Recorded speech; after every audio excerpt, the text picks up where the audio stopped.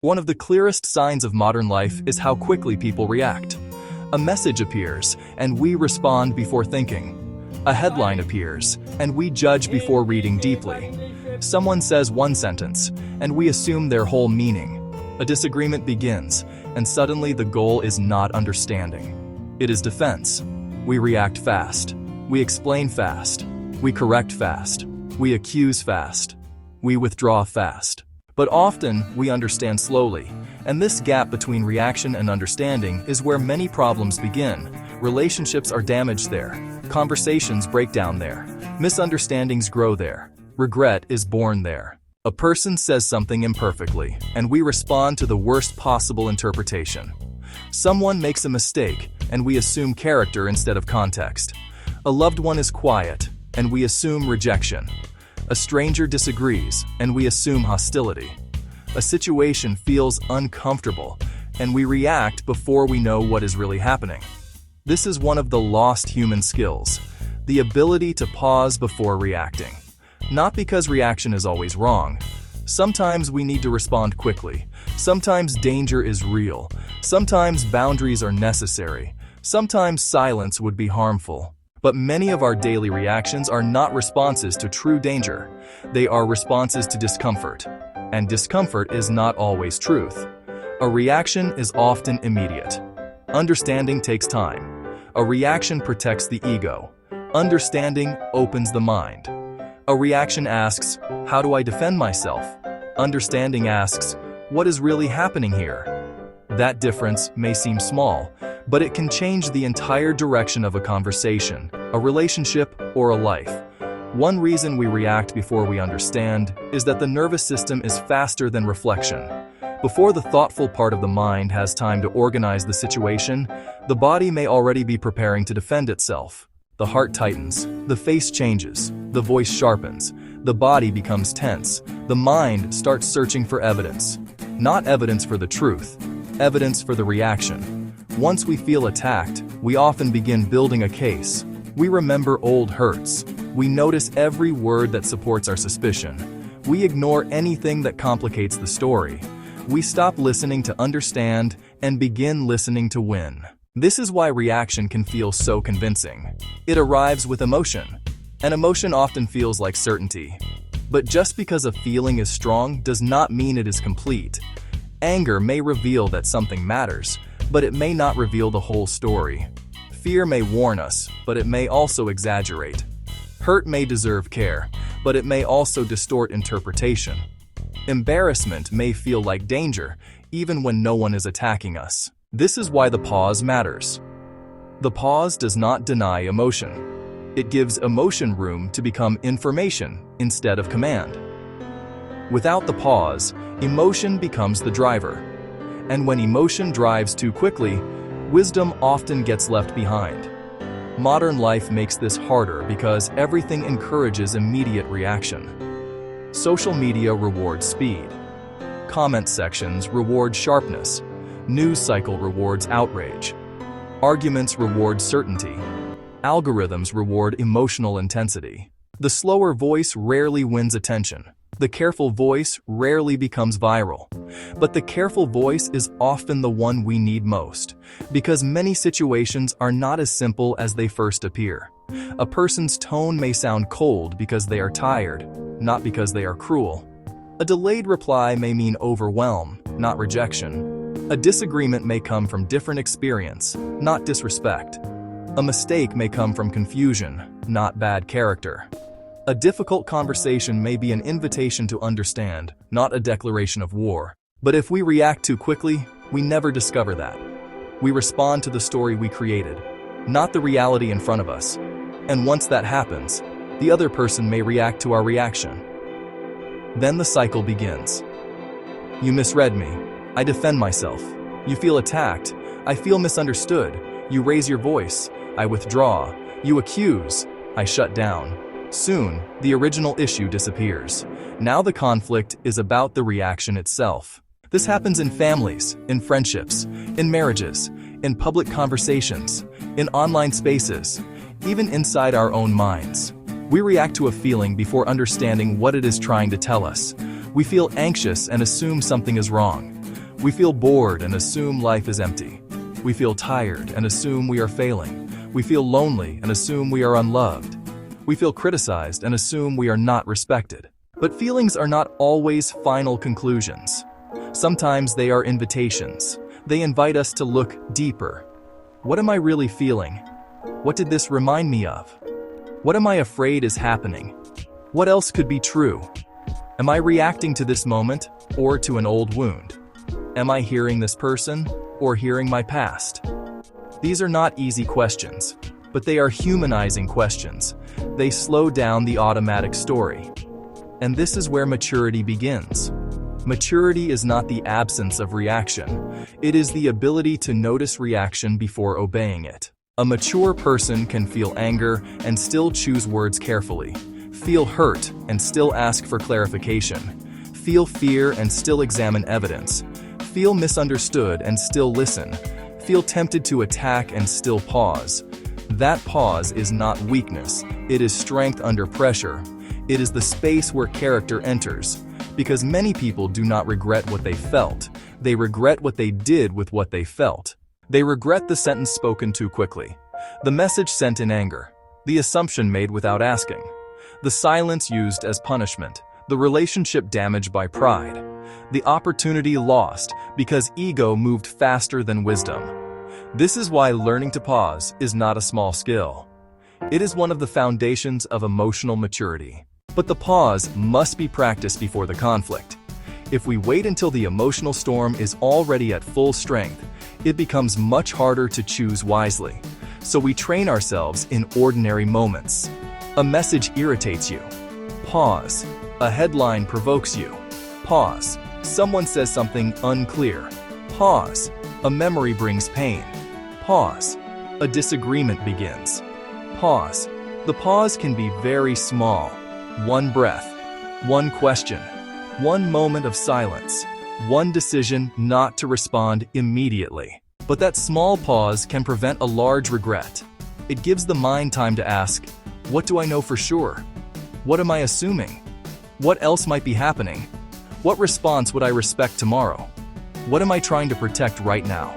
Truth or ego? That final question matters, because many reactions are not about truth. They are about ego protection. We do not want to feel wrong.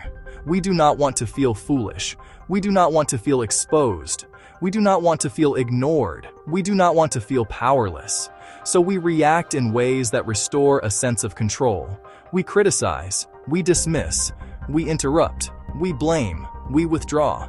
We become sarcastic. We become cold. We become louder than necessary. But control is not the same as understanding. Sometimes the person who looks strongest in the argument is actually the least secure in the conversation. Real strength can ask, help me understand what you meant. Real strength can say, I need a moment before I respond. Real strength can admit, I may have reacted too quickly. Real strength can listen without immediately defending. This kind of strength is rare because it requires humility. And humility is difficult when emotions are high. But humility is what keeps relationships alive. Without humility, every misunderstanding becomes a battlefield. With humility, misunderstanding can become a doorway to clarity, to apology, to deeper trust, to better language, to emotional honesty. Some of the strongest relationships are not the ones without conflict. They are the ones where people know how to return after reaction. They can say, I misunderstood you. I was defensive. I reacted from fear. I should have asked before assuming. I want to understand this better. These words may not be dramatic, but they are powerful. They repair the human bridge. And today, that repair is desperately needed. We are living in a time when many people react publicly, but reflect privately only after damage is done. The speed of technology has reduced the space between feeling and expression. In the past, a person might have had time to cool down before sending a letter, making a call, or confronting someone. Now the reaction can be posted, shared, sent, forwarded, or recorded within seconds. This makes the pause even more important. Because our fastest self is not always our wisest self. The first version of our response may be emotional, defensive, incomplete, or unfair. That does not make us bad. It makes us human. But wisdom asks us not to make every first impulse permanent. Not every reaction needs to become a message. Not every feeling needs to become a public statement. Not every irritation needs to become a confrontation. Not every disagreement needs to become an identity. Some things need time. Time to settle. Time to clarify. Time to ask. Time to listen. Time to understand.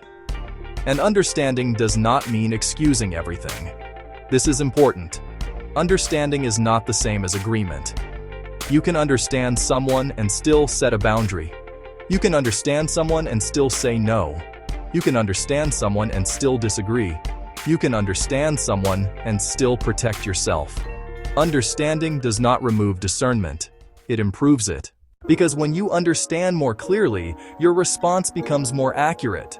You are not fighting ghosts. You are not reacting to assumptions. You are not punishing the wrong person for an old wound. You are not creating damage because of incomplete information. You are responding to reality. That is the goal. Not to become passive, but to become clear. So how do we recover the lost skill of understanding before reacting? First, name the reaction. Say to yourself, I am angry. I am hurt. I am afraid. I feel dismissed. I feel misunderstood. I feel threatened. Naming the emotion gives you a little distance from it. You are no longer inside the emotion completely. You are observing it. Second, question the story. Ask, what story am I telling myself right now? Maybe the story is, they do not care. They are disrespecting me. They are trying to embarrass me. They always do this. This means everything is falling apart. Then ask, do I know this for sure? That question does not erase your feeling. It protects you from becoming trapped inside the first interpretation.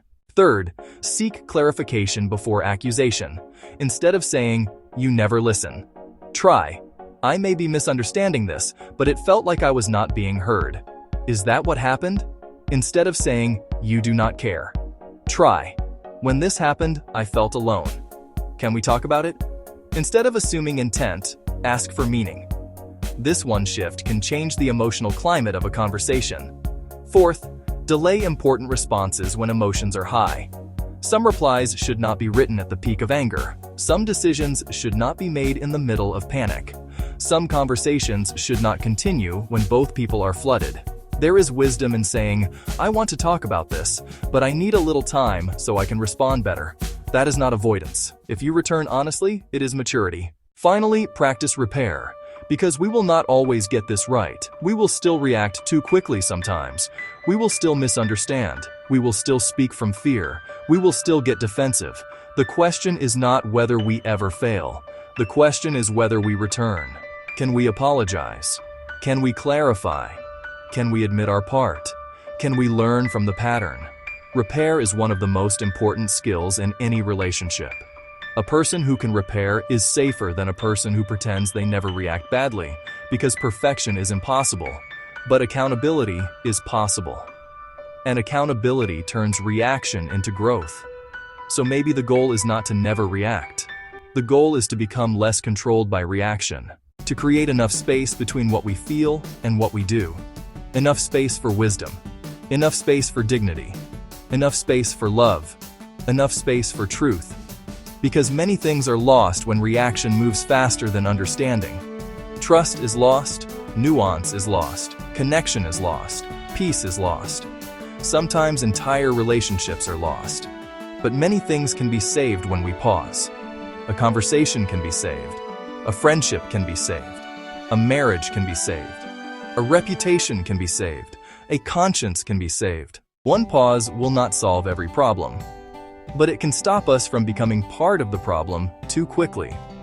And perhaps that is one of the quiet marks of wisdom. Not the person who always has the fastest response, but the person who has learned when not to respond too fast. So before the next reaction becomes your next regret, pause. Before you assume, ask. Before you accuse, clarify. Before you defend, listen. Before you decide what someone meant, give understanding a chance, because the world already has enough reaction. What it needs now is understanding. And if this reflection speaks to you, consider subscribing to Wellnesshubnest. This series is about recovering the human skills. Modern life is slowly weakening. Reflection, patience, listening, solitude, rest, deep thinking, meaningful conversation, attention, and now the ability to understand before we react. The next episode will close this series by exploring one final skill: the art of living slowly in a fast world. Because sometimes the deepest wisdom begins not when we move faster, but when we finally learn to slow down.